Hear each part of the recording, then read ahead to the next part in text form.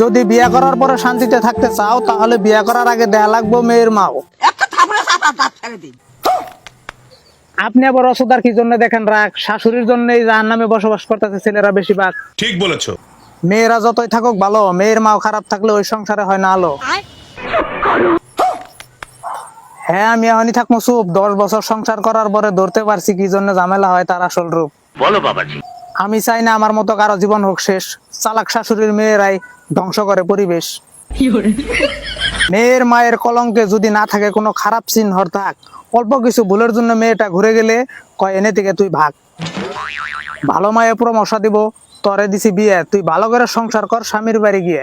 আপনার বুদ্ধি ভালো। যদি মেয়ের মায়ের কলঙ্কে থাকে দাগ, আর যদি থাকে অতি চালাক, তাহলে 2 বাচ্চার মা হইলেও দিতে পারে তালাক। একটা থাপড়ে চাপা দাঁত ফেলে দিন। দেওয়া হচ্ছে কি জন্য ঝামেলা করে চাচি? বেশি কথা কইলে কিন্তু এবার গলার মধ্যে বাজামু কাছি। সবাই তো একটা ভালো মেয়ে বিয়ে করার জন্য খুঁজে, সেই বাড়িতে বিয়ে করবেন না যে বাড়িতে মেয়ের মায়ে মাতাব্বরি বুঝে। যে বাড়িতে মেয়ের মায় মেয়ের বাবারে করে হ্যান্ডেল, ওই বাড়িতে বিয়ে করার চেয়ে নিজের গালে মারা ভালো স্যান্ডেল। তার মানে কি বুঝতে পারছেন? মায়ের আচরণ মেয়ে পায়, জামাই বাড়িতেও মায়ের মতো মাতবুরি করতে চায়। মিথ্যে কথা, আমি বিশ্বাস করি না। এবার কি বুঝতে পারছেন দুনিয়ার মতি গতি? চালাক মায়ের মেয়ে বিয়ে করলে নিজের জীবনের হয় ক্ষতি। এর বক্তব্যই বক্তাছে ওই পাড়ার মতি। মেয়ের মায়ের যদি থাকে খারাপ স্বভাব, তাহলে মেয়ের হয় না ভাতারের অভাব। কারণ মায়ে কিছু কইলে মেয়ে দেয় উল্টা তার জবাব। এখন কি বুঝতে পারছেন দুনিয়ার ভাও? বেশিরভাগ সংসার অশান্তি হয় যদি খারাপ থাকে মেয়ের মাও।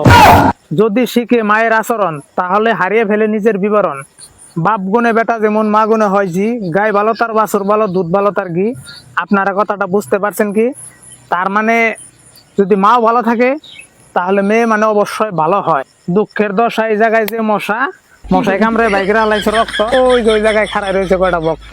যাই হোক, যত আছেন ভাই আর ভাবি, আপনাদের কাছে লাইক ফলোর চাবি, লাইক ফলোটা রইল দাবি। হয়ে গেছে রাত, আবার বউ বাড়িতে থেকে বাড়িতে করে ফেলাই নি কাজ। চলো।